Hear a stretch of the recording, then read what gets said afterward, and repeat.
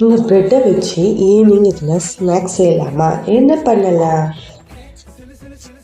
ஒரு கடாயில் எண்ணெய் கொஞ்சமாக சீரகம், சாப் பண்ண கேப்சிகம் நல்லா வதக்கிட்டு துருவி கோஸ் இதில் ஆட் பண்ணிட்டு பச்சை மிளகாய், சால்ட்டு, மஞ்சள்தூள் ஆட் பண்ணிட்டு கொஞ்சமாக தண்ணி தெளித்து வேக வச்சுக்கலாம். ஆல்ரெடி வேக வச்சு மசிச்ச உருளைக்கிழங்கையும் இதோட சேர்த்து நல்லா கிளறிட்டு வச்சுக்கலாம்.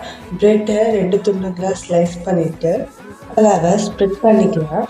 இதுக்கு மேலே நம்ம ஸ்ப்ரெட் பண்ணுறதுக்கு மைதா மாவில் கொஞ்சம் கொஞ்சமாக தண்ணி ஆட் பண்ணி கொஞ்சம் கெட்டியான எடுத்து பிரெட் மேலே நல்லா ஸ்ப்ரெட் பண்ணிவிட்டு ஒரு ஓரமாக வச்சுட்டு ஒரு பேனில் சூடானதும் எண்ணெய் விட்டு ரோஸ்ட் பண்ணிவிட்டு நம்ம எடுத்தோன்னா டேஸ்டான ரெசிபி ரெடி. வா, சூப்பர் டேஸ்டியாக இருக்குது.